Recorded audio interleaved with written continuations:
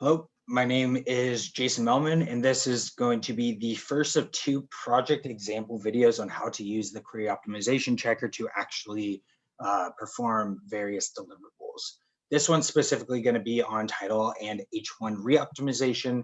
So this means the page has existed, and now we want to go through there and look for low-hanging fruit opportunities. This is not for completing your keyword mapping or title optimization for brand new pages.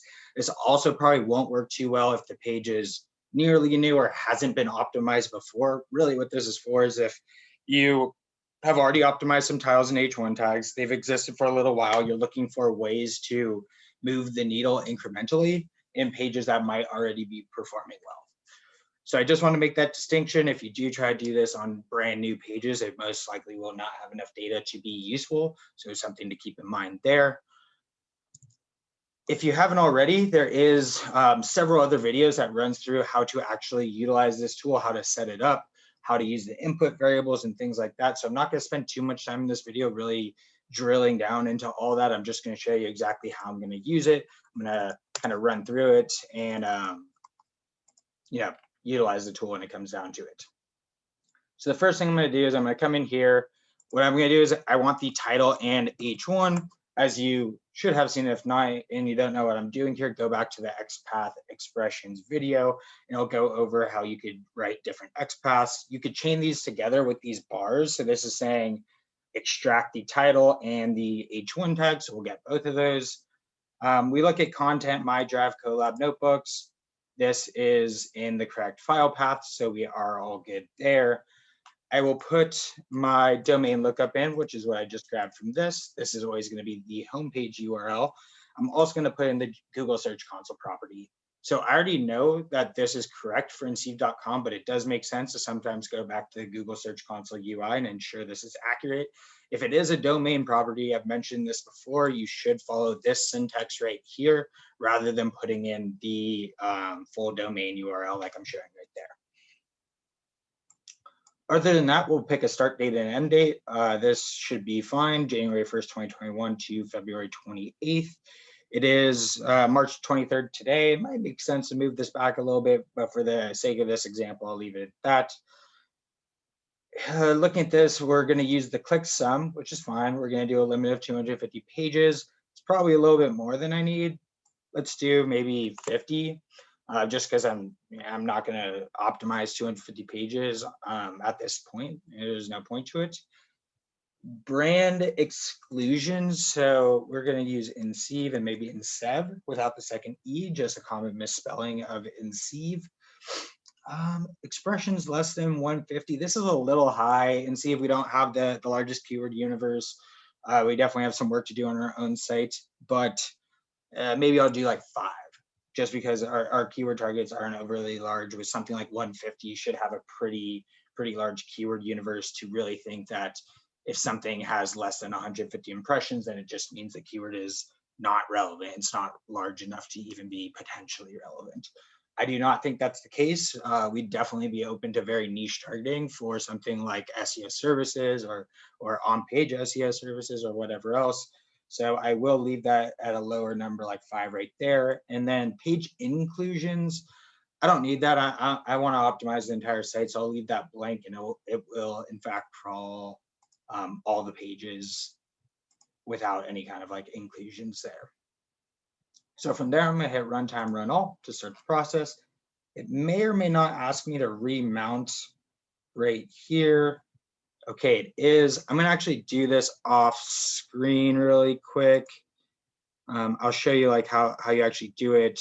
The only reason I'm doing this off screen is because I have a lot of other personal emails attached to what you would be seeing here.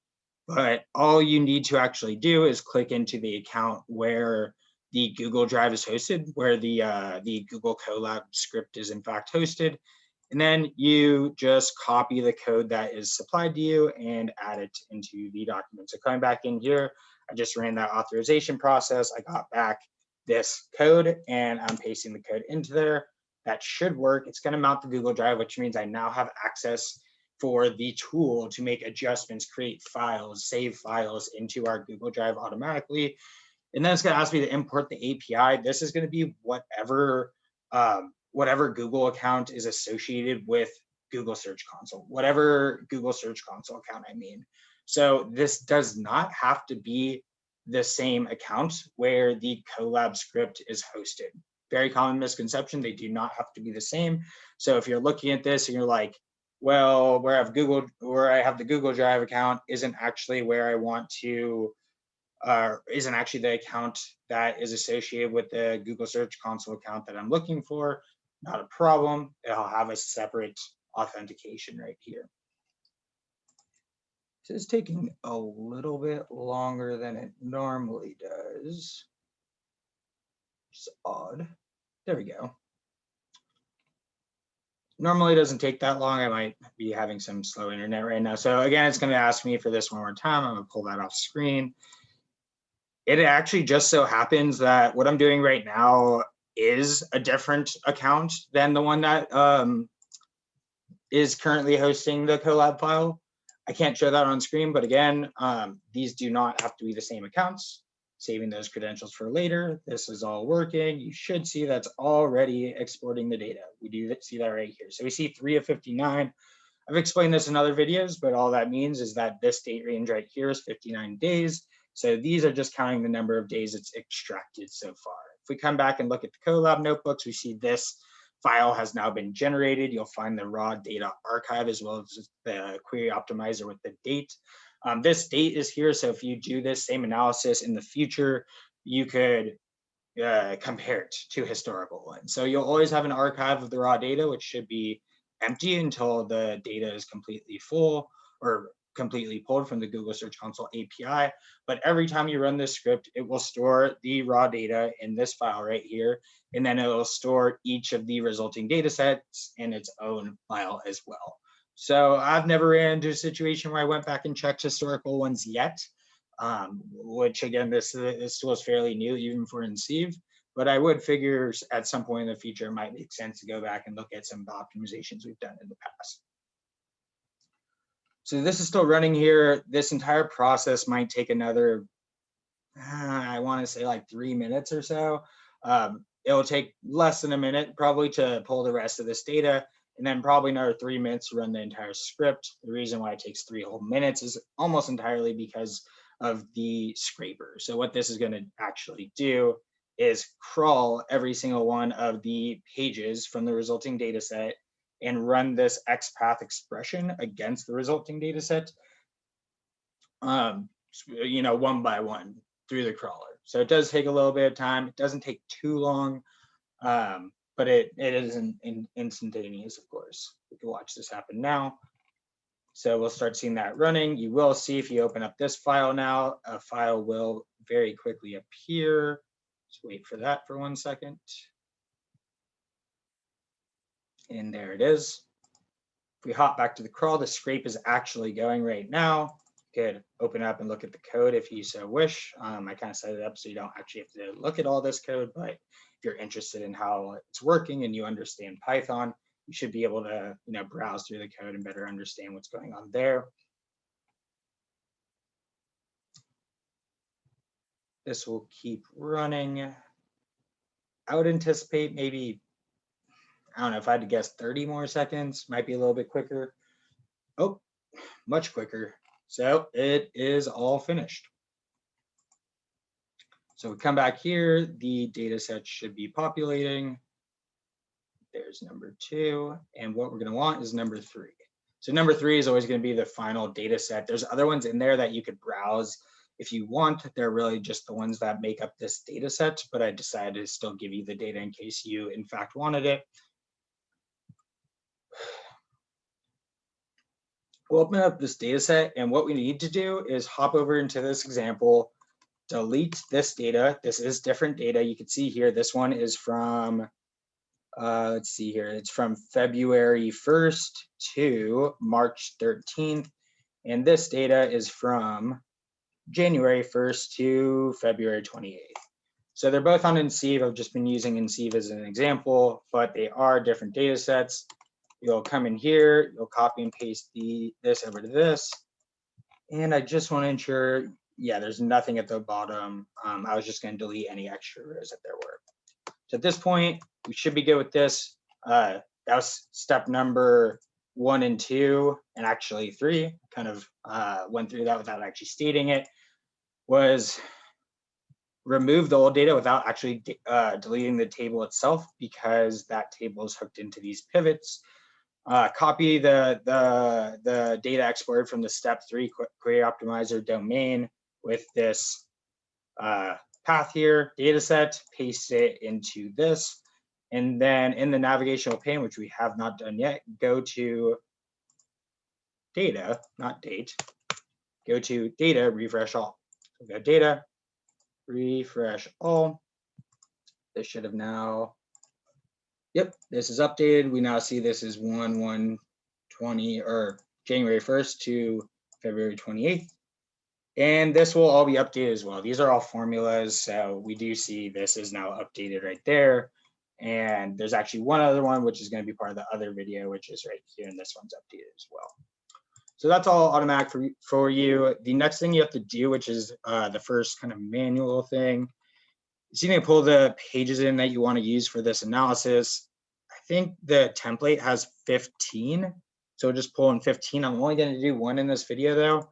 So we'll just paste that in there. The VLOOKUPs, looks like it kind of breaks this nice formatting, but we can just go in here and not do it incorrectly. So this all is just a VLOOKUP, so it's automatically pulled in there, should be fine. And now we have the page, the dataset ID, clicks from Google Search Console, and impressions. So now what we want to do is we want to optimize this page. So there's a few things to keep in mind here. So if we're actually looking at this data, we see this, we see NA, we don't really see the H1 tag right now, which I'll explain in a second. You do see it right here. So this is where things could get a little confusing. So I want to be very clear on this. When you have multiple things being extracted, what it does is it looks for keywords that matches, and then it separates the different strings, is what they technically be called, into 2 different clusters with this comma in between. So if I also pulled H2s, H3s, every time it matches, it would just kind of append each one onto one another, and you could identify the sections by this comma. So I know this right here is telling me these are all queries that are driving clicks or impressions that exist in the title tag, but not the H1 tag, or they would have existed down here. And similarly, this is a keyword that exists exact match within the H1 tag, but not the title tag. So if you look at the title tag, you do not see pay-per-click, parentheses, PPC inside of the title tag. And that is why it's not up here. That's why this isn't appended to the end of this.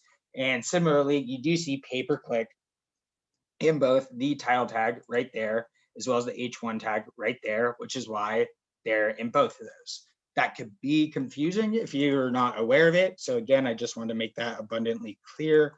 So what I'm going to do is I'm going to take the title tag. We see current title, and we see the H1, and we'll paste those in. The last thing I do want to mention before I go through and optimize this is that if there are no matches, there will just be NAs. So if not a single keyword that's currently driving clicks or impressions is contained within the title or H1 tag, all that you would see is NAs. Let's see if we can find one of those. Here's one of those right there. So if we actually look at these keywords, let's close this real quick. We look at SEO link building services, and let's look at what the title and H1 tag is real quick. So we look at SEO link building services, link building service, white hat, SEO outreach, and SEO interactive, and the premier white hat link building service. Okay. And if we actually look into what we have here, like we don't see any of those keywords in here is the point. It's kind of hard to like look through that entire list to really look at that. But when you're really looking at that, you're not seeing like premier white hat link building service. You're not seeing link building service. We do see custom link building services, but that word custom is not in the H1 tag or the tau tag.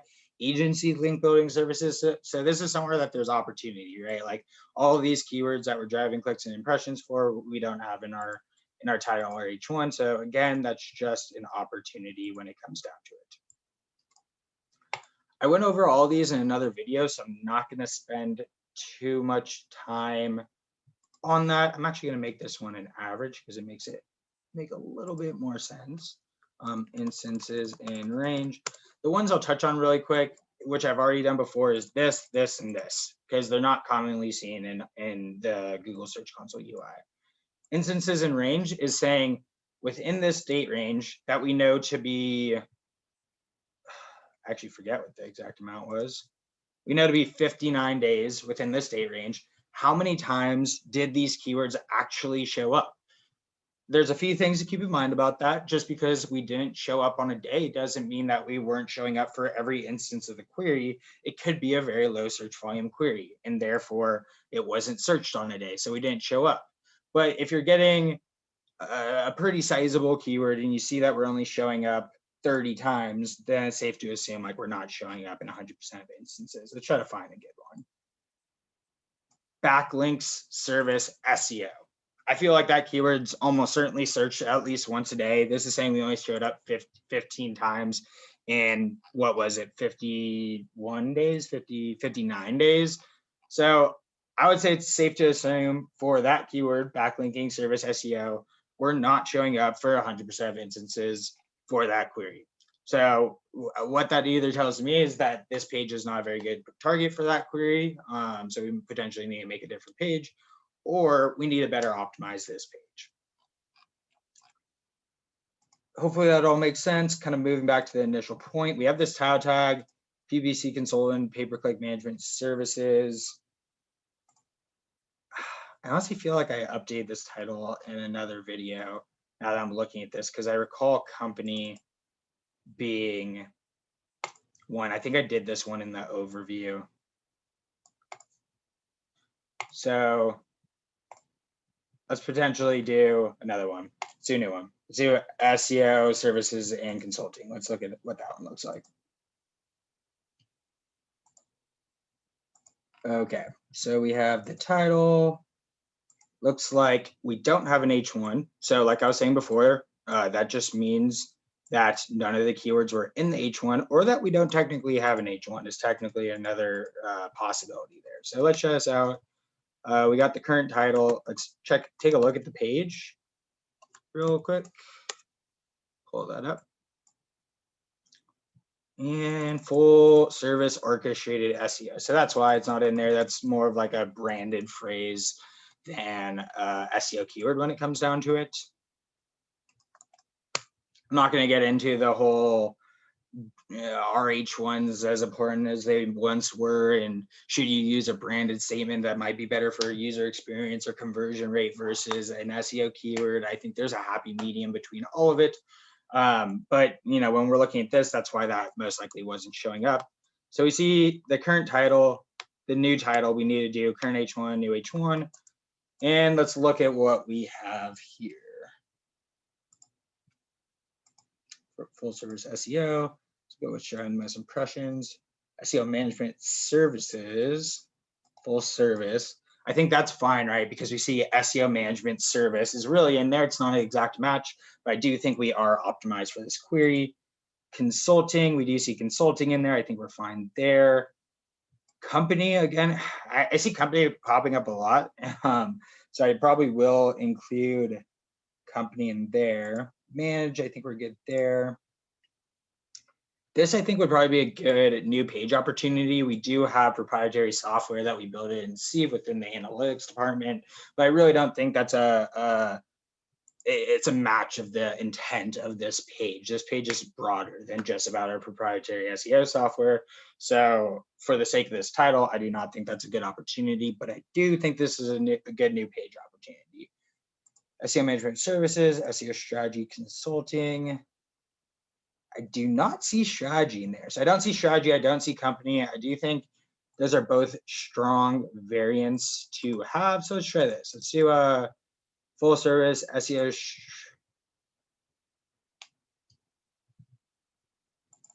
do full service managed SEO or managed SEO strategy company. Full service.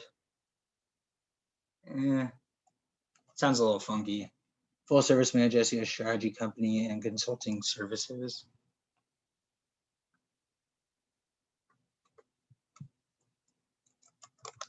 Well, maybe if we do this, manage SEO strategy company and consulting, full service. Little long. What if we take out interactive? So that's better. Manage SEO strategy company and consulting, full service. I'm okay with that. I think it reads pretty well. I do think it's a bit more optimized. We got company in there. We have service. We have strategy. I think that's a bit more optimized than what we had before.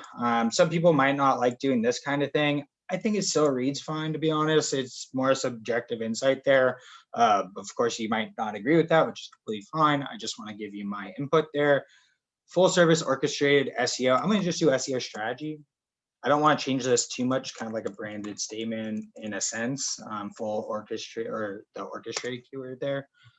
Of course, break some of the formatting. Maybe I'll make an adjustment to this because that is very annoying. So see what we can do about that.